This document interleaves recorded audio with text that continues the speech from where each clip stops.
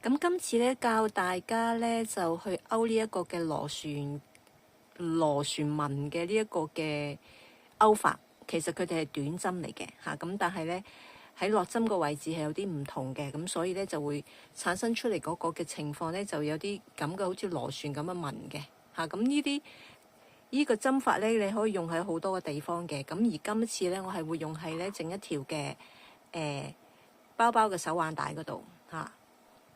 咁呢一個咧係用欄勾出嚟嘅，咁而因為咧用欄勾出嚟嘅話咧，咁佢就比較軟身啊嚇，嗰啲欄線比較軟身，所以咧我就會塞咗啲棉花入去，咁跟住咧一頭一尾咧去索緊佢之後咧，再去加呢啲嘅圈圈啊，呢啲圈圈咧係有得開口嘅，咁咧就可以成為一個包帶嘅一頭一尾咧去勾住嗰個包身嘅嚇。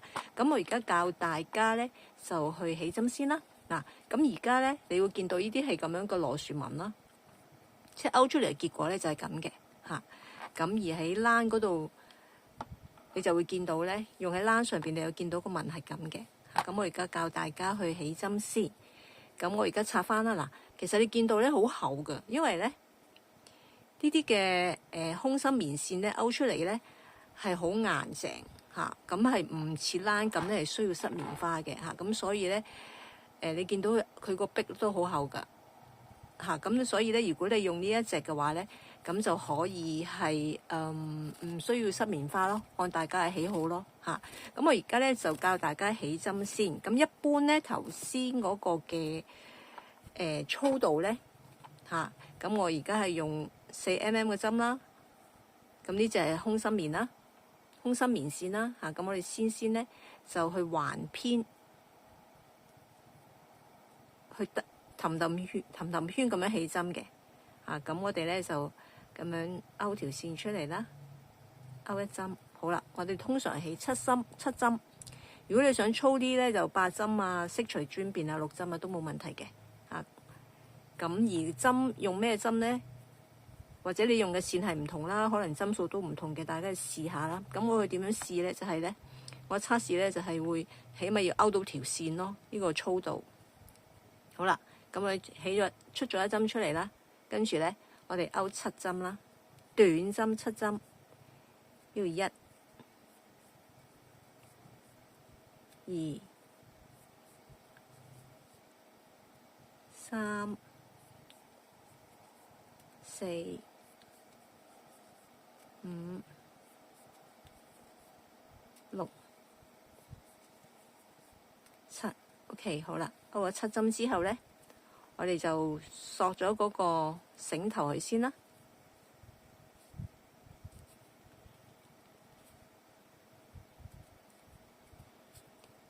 因為比較硬，所以我索完一條先索一條。好啦，跟住個7針咧，嗱，因為我起咗7針啊嘛，我哋呢個係氹轉勾嘅，所以唔需要立針嘅。咁我而家就教大家啦，我哋勾後半針向外嘅，數先1、2、3、4、5、6、7，應該係呢一針嚟嘅。好，我哋勾後半針，短針1，勾7針2、3、4、5、6、7，好啦，咁喺第7針之後咧，係另一個 round 嘅7針啦。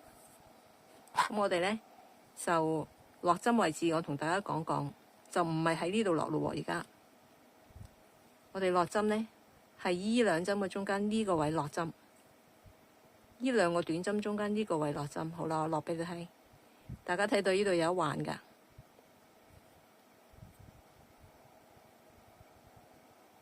比較緊，所以要用手指去協助。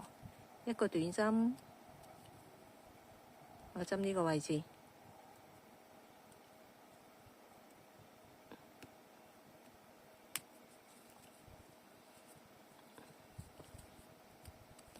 第二個短針，大家氹轉咁樣勾上去就得㗎啦。咁咧一陣間勾完之後咧，即係勾到你想要嘅長度啦。如果你話攞嚟勾帽啊，或者勾其他啊，勾袋都好，總之係因為佢係氹氹轉咁勾啊，佢唔需要起立針啊，咁所以你就勾到你需要嘅長度就可以停噶啦。咁所以而家都冇數佢第幾個七針，因為係氹氹轉咁勾啊，咁又比較緊啦。OK， 唔知大家睇得清唔清楚？我特登攞呢隻線咧去勾俾大家睇嘅，呢兩針中間嘅呢一個一環呢一針。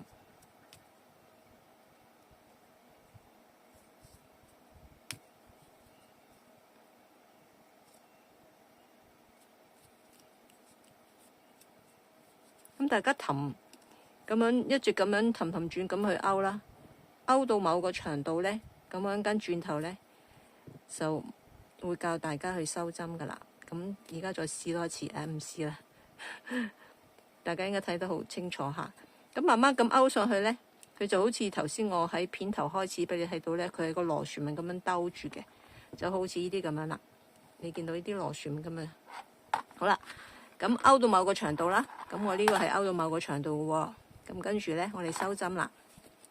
咁咧就有條線尾啦，跟住用個支縫針穿咗去啦，穿過去條線穿過去之後咧，咁我哋咧，咁我呢個咧係勾咗20針嘅嚇，因為啲籃比較幼。咁我哋咧係佢有條每一針上面有條邊仔噶嘛，咁我哋係穿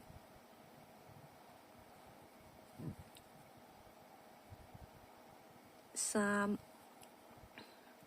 4咁樣兜住咁樣穿5、6、7。如果線唔夠咧，你而家開始可以索一索佢嘅7，繼續啦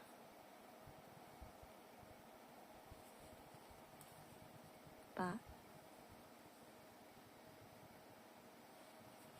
9、10、11。其實唔使數都得，因為你知道呢個位咧突出嚟咧就係第一針嚟。好，甩咗啦，所以大家留嘅線就唔好太短，如果咪好似我頭先咁啦。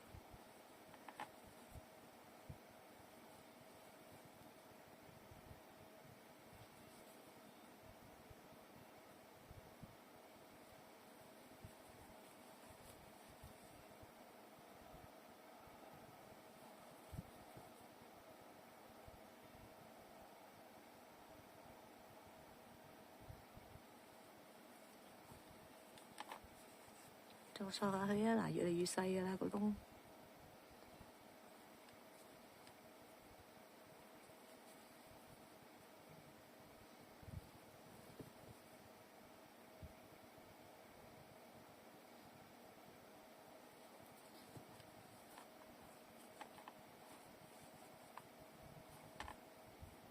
咪索晒咧，係啦。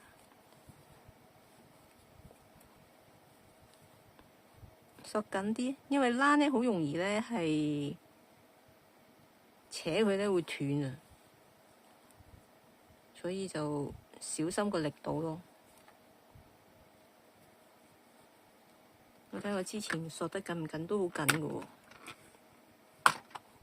我睇下我係咪因為未穿晒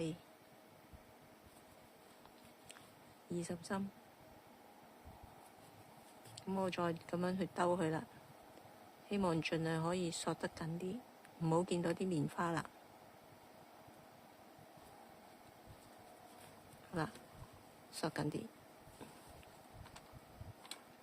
，OK， 都係咁得。好啦，咁跟住將佢回針咁樣揾個位向後兜一兜啦，等佢唔好鬆開啦。咁跟住將嗰啲線尾藏咗入去，跟住剪咗佢得噶啦。